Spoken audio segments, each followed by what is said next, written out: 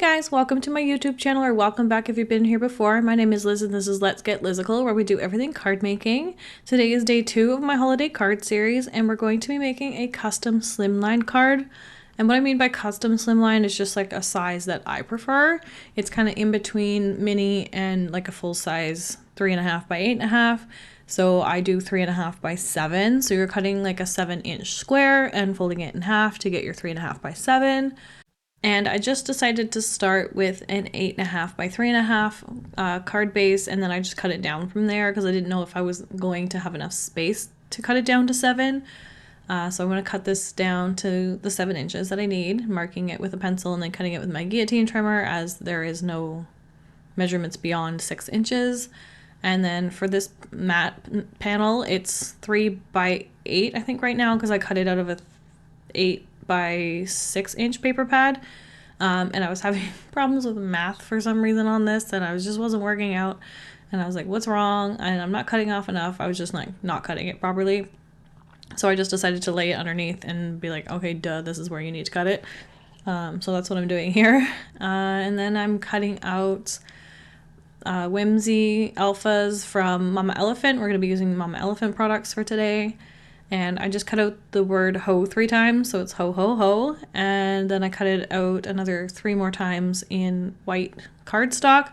I would have cut more, but I didn't want to spend all day cutting, so I just did the 1 layer just to pop it up a little bit off the cards and give it a little bit of dimension. I do prefer to add at least 1 layer behind letters, but I would probably add another 1 to 2 layers instead if I wasn't so lazy. But it turned out okay. I'm not upset about it. So I'm just going to spend some time and glue all the layers together, and then once that's done, I will come back.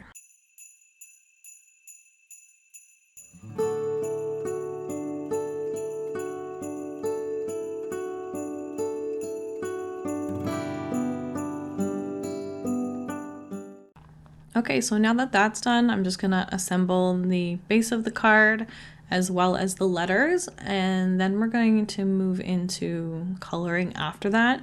I like to get my card bases done first and then move on to my elements afterwards. It's been working for me that way lately, so I'll probably continue doing it that way.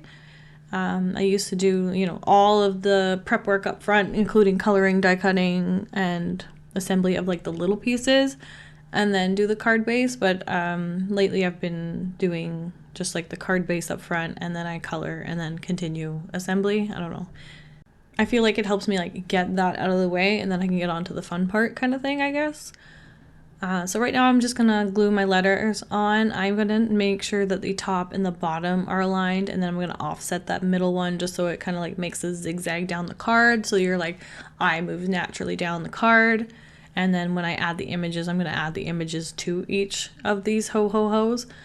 And it's going to continue that theme of, going from the top over to the right, down to the left. And you're going to like look at all the aspects of the card. Like, it's a good layout. You could have also added them all on one side, I guess, and then added Santas all on one side. But like this just adds a little bit more balance, I guess. It's just a little bit more pleasing to the eye than having everything all lined up all the time. It's nice just to, stagger things. So once this is done, I am going to get to stamping and coloring.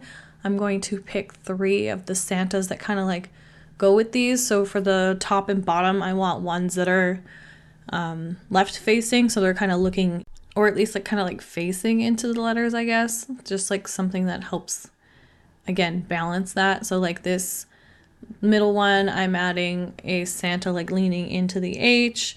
The bottom one's like a Santa reading the like naughty list or whatever, so it's kind of like, again, bleeding into the O. And then the top one is like Santa holding a bag, so it also like kind of fits into that O a little bit better.